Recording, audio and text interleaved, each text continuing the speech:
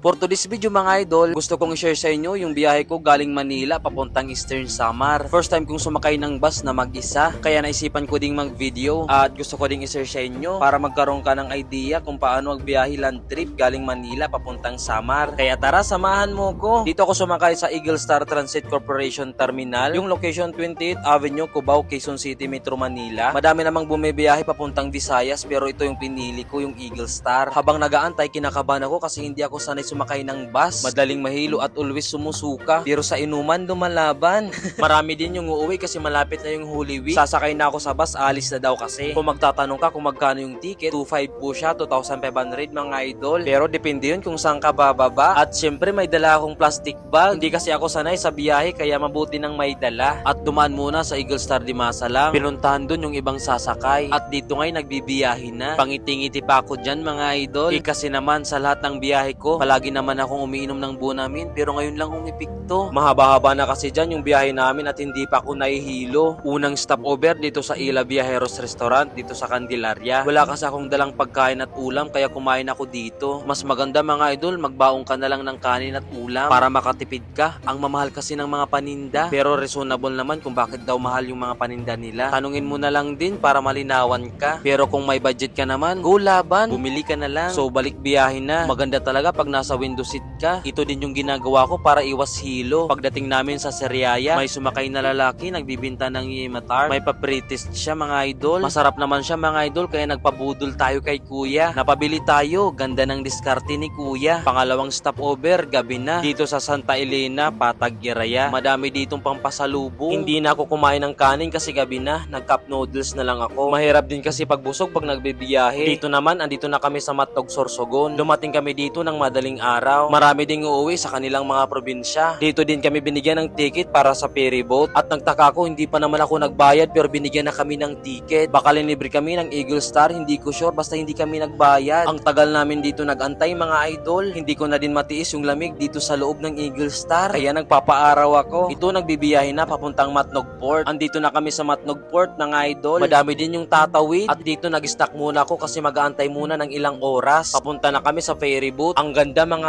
idol. Doon pa lang sa stopover, binigyan na kami ng ticket. Kaya nung dumating kami sa Matnog Port, nagantay na lang kami sa ferry boat na sasakyan namin. Advice ko lang kung first time mong sumakay ng ferry boat na mag-isa, dapat alam mo yung pangalan ng ferry boat na sasakyan mo. Baka kasi maiwan ka. May tanong ako mga idol, bakit ang barko lumulutang? Mabigat naman. Bakit nga ba lumulutang? At dito nakaupo na ako. Ito tatawid na. Ang ganda ng biyaheng land trip kasi makakakita ka ng magagandang view. Almost 1 hour and 30 minutes yung biyahe galing Matnog Port to Alin Port. At sa wakas, salamat, nasa Samar Island na ako. At dito sa Alin Port, maraming nanghihingi ng barya. Maghahagis ka ng barya at sisisirin nila.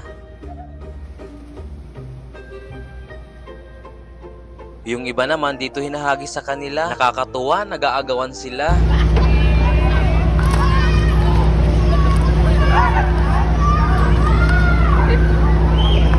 Dito nagsisibabaan na. Sa wakas, nasa bus na ulit ako. Ito, biyahe na ulit. Excited na ako kasi nasa Samar Island na ako. Malapit na ako makauwi. Nag-stop over muna dito sa Calbayog City. Siyempre, kumain tayo. Ang sarap ng chicken curry nila dito. At ang linis ng wheel stop na ito. Ang may-ari nito ay si Ma'am Migs Kano Vlog. Paano ko nasabi? Nakita ko kasi yung vlog niya. Isa din siyang content creator, vlogger dito sa Calbayog City. At galing sa Calbayog City, 6 hours pa yung biyahe papunta sa amin sa Eastern Samar. Hindi na ako nakapag-video.